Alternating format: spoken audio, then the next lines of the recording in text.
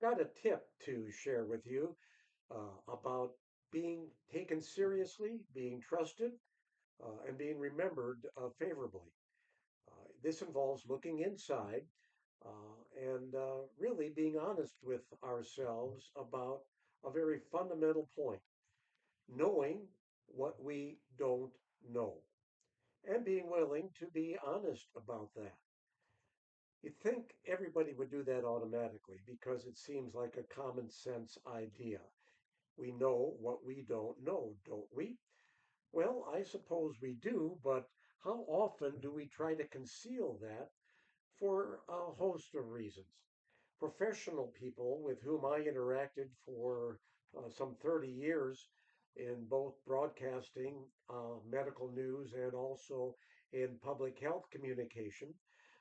I dealt with professional people, physicians, people with a lot more education than I did, and part of their general mindset was if they didn't appear to have the answers to a question someone would pose, they would be letting that person down, that somehow they would be expected to know whatever it is that the question was posing to them. And so there's an automatic barrier under these circumstances to being honest about what you don't know. This gets us into trouble, of course, because if we really don't know, we have a couple of really poor choices. The most prominent of which is to fake it somehow, or cross our fingers and hope that what we believe is correct is in fact true, but running the risk that it is not and being found out later when the truth emerges or when the uncertainty becomes more obvious. That's a credibility concern, obviously, because once we're found out, we lose the trust, or at least threaten the trust of those who have posed the question to us or to the audience of that information. So there's a high risk to reputation involved in not being honest about what we don't know.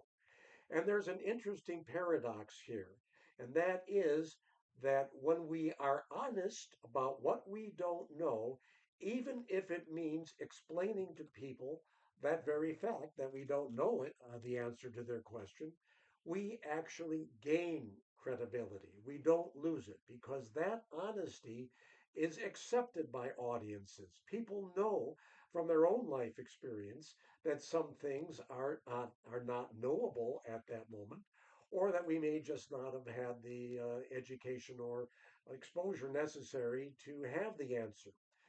A better way to answer a question for which we do not have the answer, we know the answer, that is to be honest about it and to perhaps say, that's a good question.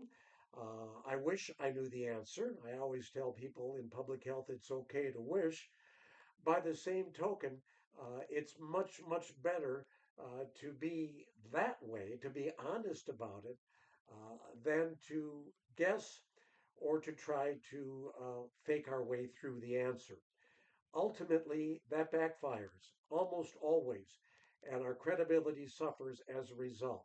All we have to do is look at the experience of the COVID 19 pandemic that began at the end of 2019 and extended for the next couple of years to see how many times public health leaders failed to implement this simple point of health and risk communication, which is to be honest and forthright both about what we do know and what we don't.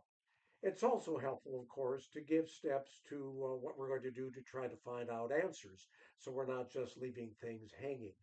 But our credibility with audiences is far, far greater when we're forthright about what it is that we wish we knew, but we do not. This will help us not only in our professional workings, but also in our interpersonal relationships. It is always a better bet. Yes, it is disappointing to audiences sometimes not to be able to give them answers, but it's much better to be honest about that rather than to make something up or otherwise speculate. When we get out on a limb too far, we're getting ourselves into very deep water without a life jacket. Take the safe path and preserve your credibility. It's especially important now during a time in the beginning of summer of 2025 when scientific and public health credibility is at great risk from a number of directions. Those of you in the field and those of you who would aspire to be taken seriously in any field are really well advised to know what you don't know and be willing to say so. Thank you.